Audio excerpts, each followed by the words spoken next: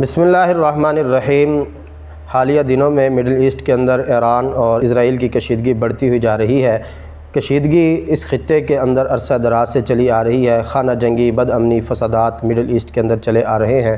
ان فسادات کی وجوہات کیا ہیں اور ذمہ داران کون ہیں، اس حوالے سے ہم گفتگو کرنا چاہتے ہیں۔ اگر ہم وجوہات کی طرف جائیں تو مڈل ایسٹ بہت ہی اہمیت کا حامل خطہ ہے، کیونکہ یہاں پر دنیا کے 3 بڑے بر اعظم آپس میں آ کر ملتے ہیں، جن میں ایشیا ہے، یورپ ہے اور افریقہ ہے، اور اس کے ساتھ ساتھ 3 بڑے مذاہب اسلام، یہودیت اور عیسائیت کی مذہبی وابستگیاں مڈل ایسٹ کے ساتھ ہیں۔ اور ہم معدنی اعتبار سے دیکھیں تو تیل اور گیس کے وسیع ذخائر اس خطے کے اندر موجود ہیں، تو تمام تر بین الاقوامی قوتیں وہ یہی چاہتی ہیں کہ ان ذخائر کے اوپر ہمارا قبضہ رہے اور اس خطے کے اوپر ہمارا تسلط برقرار رہے، ہم سیاسی حوالے سے بھی فائدہ اٹھائیں اور ہم اقتصادی حوالے سے بھی فائدہ اٹھائیں، اور اس تمام تر اپنے ذاتی مفادات کو سامنے رکھتے ہوئے مڈل ایسٹ خانہ جنگی کے اندر مبتلا ہے، جس کا آغاز 20ویں صدی عیسوی کے اوائل سے ہوتا ہے اور پہلی جنگ عظیم کے بعد سے ہوتا ہے۔ پہلی جنگ عظیم دنیا کی بڑی قوتوں کے درمیان لڑی گئی، جن کے اندر ایک طرف فرانس، برطانیہ، اٹلی اور امریکہ، دوسری طرف آسٹریلیا،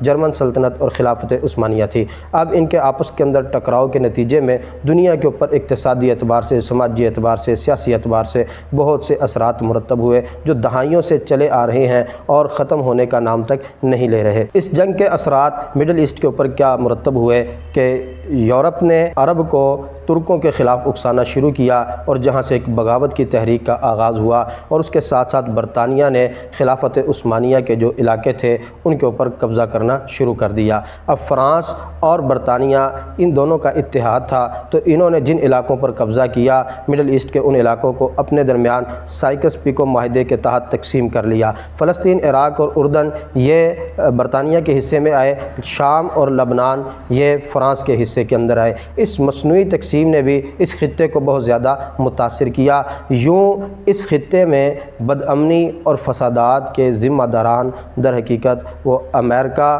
برطانیہ اور فرانس ہیں، کیونکہ انہوں نے اپنے اثر و رسوخ کو برقرار رکھنے کے لیے ہمیشہ اس خطے کے لوگوں کو آپس میں لڑوایا اور اپنے اسلحے کو تقسیم کیا۔ اور پھر برطانیہ نے آگے جا کر بلفور ڈکلیریشن 1917 کے اندر اس بات کا اعلان کیا کہ برطانیہ واضح طور پر یہودیوں کے لیے فلسطین میں ایک قومی وطن کی حمایت کرتا ہے، جس کے نتیجے میں اسرائیل کو وجود ملا اور اسرائیل جو ہے وہ ابھر کر سامنے آیا۔ جب اسرائیل کا مڈل ایسٹ کے اندر قیام ہوا تو عرب اور اسرائیل کے درمیان خانہ جنگی کا آغاز ہوا، جنگوں کا آغاز ہوا، اور یہاں سے مڈل ایسٹ بہت تیزی کی طرف بد امنی اور فسادات کی طرف چلا گیا، اور پھر دیکھتے ہی دیکھتے تاریخ کے تناظر میں ایران اور عراق کی جنگ ہوئی، امریکہ اور عراق کی جنگ ہوئی، یمن کے اندر خانہ جنگی ہوئی، جو 2015 سے لے کر اب تک جاری ہے۔ اب یہ ساری صورتحال اور یہ ساری جنگیں بین الاقوامی سیاسی مفادات کے پیش نظر ہوئی، کیونکہ امریکہ،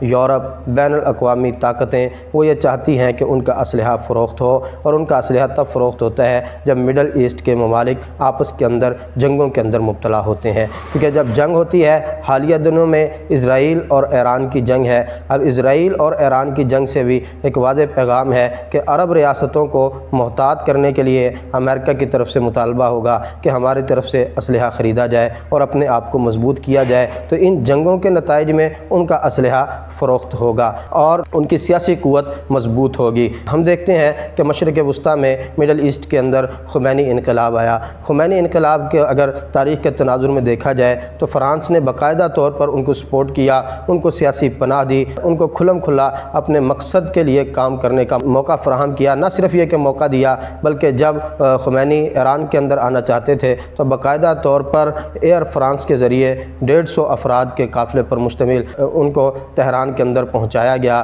اور جہاں سے انہوں نے اپنے انقلاب کا آغاز کیا، اور اس کے ساتھ ہی ایران اور عراق کی جنگوں کا آغاز ہوا۔ یہ ساری صورتحال تاریخی پس منظر ہے جو ہمارے سامنے اس بات کو واضح کرتا ہے کہ مڈل ایسٹ میں جتنی بھی جنگیں ہوئی ہیں وہ جنگیں بین الاقوامی مفادات کے حوالے سے ہو رہی ہیں، اور آج بھی جو جنگ ہے وہ بھی بین الاقوامی قوتوں کے مفادات کے لیے ہے۔ بین الاقوامی قوتیں اپنے مفادات کے لیے مڈل ایسٹ کے اندر خانہ جنگی کرواتی آئی ہیں اور کروا رہی ہیں۔ اس لیے مڈل ایسٹ کے تمام ممالک، وہ شام ہو، وہ لبنان ہو، وہ فلسطین فلسطین ہو یا وہ دیگر ممالک ہوں، ان تمام کو چاہیے کہ وہ متحد ہوں اور کسی بھی بین الاقوامی قوت کی مداخلت کو مڈل ایسٹ کے اندر روکیں۔ جب تک بین الاقوامی قوتوں کی مداخلت مڈل ایسٹ سے نہیں رکتی اور وہ اپنے اثر و رسوخ کو وہاں پر برقرار رکھیں گے، اس وقت تک اس خطے کے اندر امن نہیں آ سکتا۔ 600 سالہ دور اگر ہم دیکھتے ہیں خلافت عثمانیہ کا، انتہائی پرامن دور ہے اور کسی قسم کی کوئی جنگی صورتحال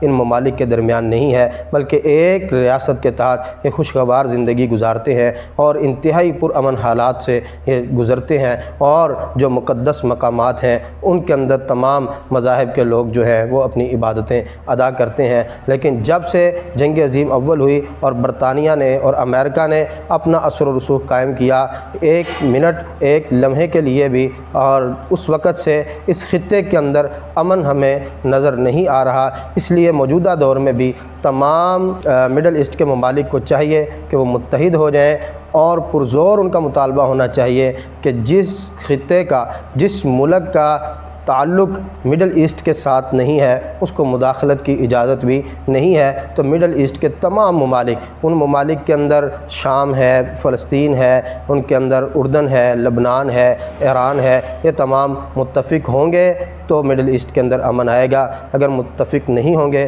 تو مڈل ایسٹ کے اندر امن نہیں آئے گا، اور بین الاقوامی قوتیں وہ فائدہ اٹھاتی رہیں گی، کیونکہ ان کا مقصد یہ ہے کہ ہمارا اسلحہ فروخت ہو اور یہاں پر ہماری سیاسی اور اقتصادی قوت جو ہے اس کو مضبوط کیا جا سکے۔